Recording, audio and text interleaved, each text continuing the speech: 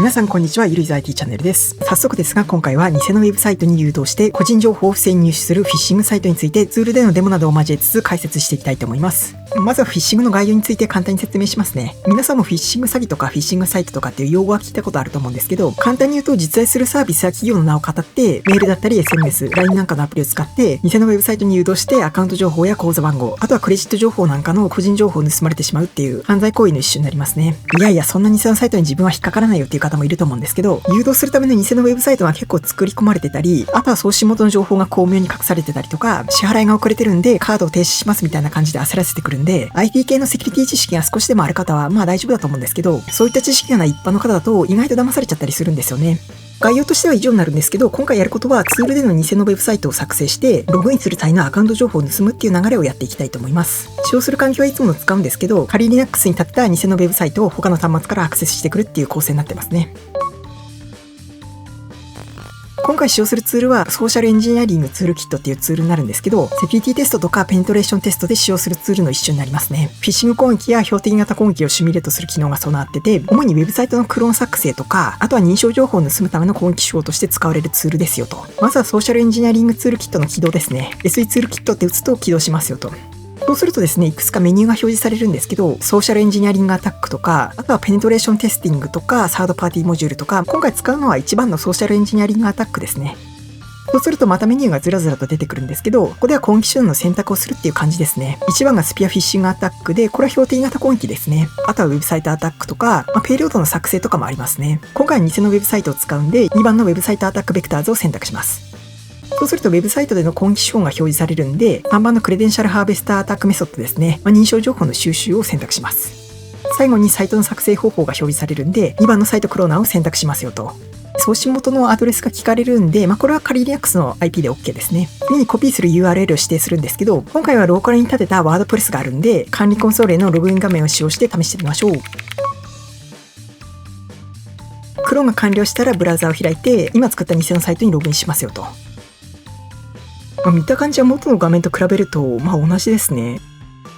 見た目ではどっちが本物か偽物かっていうのは分かんないですね。ここでログイン情報を入力すると、入力した ID とパスワードがコンソール上に表示されるっていう仕組みになってますね。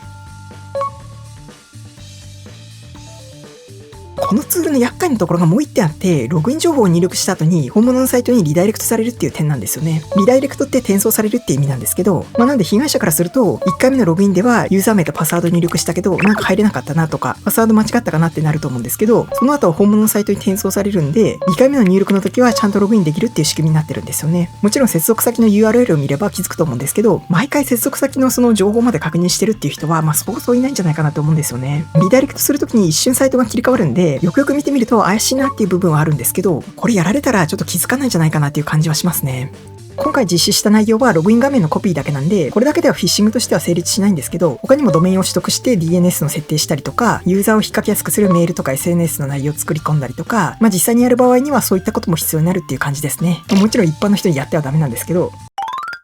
あとは補足になるんですけど、フィッシング対策協議会っていうフィッシング関連の対策とか情報収集をメインに行っている団体があって、そこが毎月フィッシングに関連するレポートを出してるんですよね。それを見ると毎月平均して15,000件ぐらいの報告が上がってますよと。他にも URL の件数とかフィッシングに利用されたブランド件数っていうのもレポートで上がってますね。総評に書いてあるんですけど、報告全体のうち Amazon を語るフィッシングが約 28%、PayPay を語るフィッシングが約 18% を占めてるってことで、この2つで4割ぐらいですね。次いで Apple、オリコ、NHK を語るフィッシングの報告を合わせると、全体の約 55% を占めてますよと。分野別では EC 系が約 35%、クレジット新販系が約 29%、決済系が 14% ってことで、やっぱりお金が絡む分野っていうのはフィッシングの標的になるみたいですね。あとですね、フィッシングメールのテンプレートを公開しているサイトっていうのもあったりして、このサイトはあくまで注意喚起とか学習が目的で使われるサイトになるんですけど、こんな感じでいろんなサービスのメールテンプレートが公開されてますよと。マイクロソフトとか Adobe とか TikTok とか、有名どこのサービスのメールテンプレートっていうのもありますね。あとは Teams とか Google ドライブとか OnePassword とか、そういうアプリ系の通知メールもあったりしますね。で、これ単純なそのメールテンプレートっていうだけじゃなくて、トレーニング用のシミュレーターっていう目的もあるんで、メールの内容っていうかその種類を選択できたりとか、英語だけじゃなくていろんな国の言葉も選択できますし、あとはですね、メール内のその宛先の名前ですね、それとメールアドレスとか、その辺も変えたりして、より本物に近いメールっていうのを作成できますよと。ただこれもですね、このメール本文をコピペして、HTML のメール本文として使えちゃったりするんで、悪意のある人がこれを元にメール本文を作るっていう、そういう使い方もできるんじゃないかなっていう感じはしますね。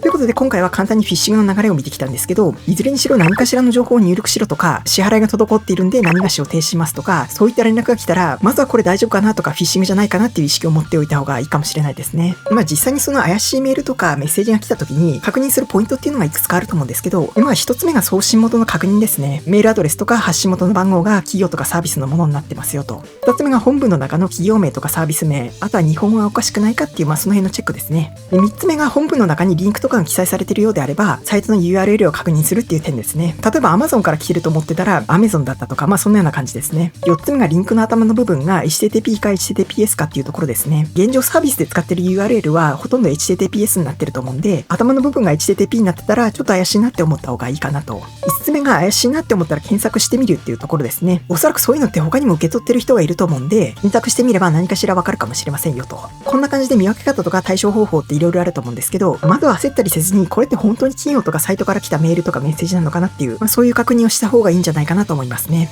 ということで今回の動画は以上になります。最後までご視聴いただきありがとうございました。よければチャンネル登録、高評価よろしくお願いします。それではまた別な動画でお会いしましょう。